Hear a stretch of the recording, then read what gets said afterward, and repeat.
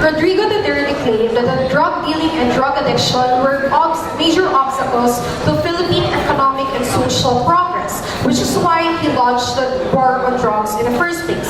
Yet the very prioritization on the war on drugs caused foreign investors to rethink and withdraw investment, placing economic development in uncertainty and at risk. Three clarifications before my issues. Number one, the lack of prioritization on foreign trade relations makes the administration lax on how the international community perceives our country. There is a lack of incentive to respond to address the problems on the mechanism of the war on drugs. For example, the likelihood of Duterte to respond to the issues of vigilantism and extrajudicial killing. Number two, there is a nuance on the compatibility of trade model, which is irrelevant. Because number one, we think that if either way, if the trade model of foreign countries and our model is not compatible, still we need to cope with the changing times because globalization is still going to be inevitable. But secondly, we need to join the trade else we will be left behind. Thirdly, they told us that the war on drugs is equal to peace and order, which is, by the way, a false facade. Because it even scares off investors simply because of the rise of the number of extrajudicial killings, the vigilantism, which is, by the way, being encouraged by the administration. This is not the way to go for us to develop, and this is not the way to go for us to win the war on drugs. On the first clarification, with the prioritization of both the foreign trade investment and the war on drugs is unlikely going to happen.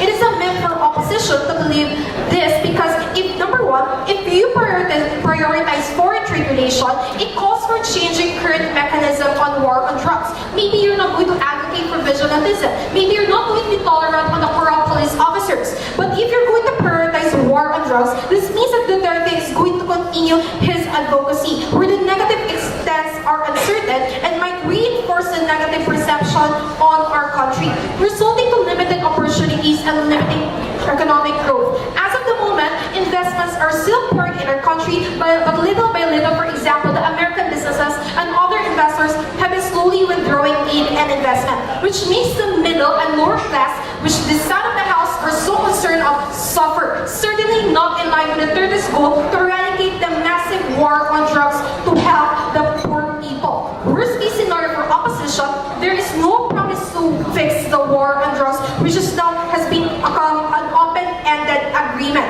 More than that, we're going to have or encounter economic development at risk.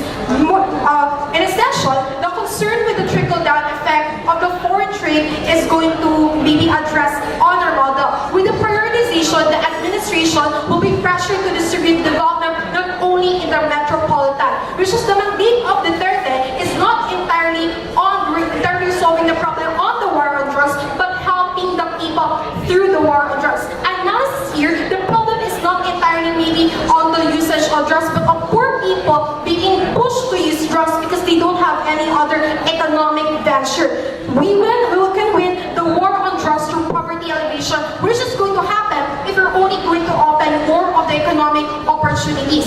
So how do we deliver the mandate with the prioritization of the foreign trade investment?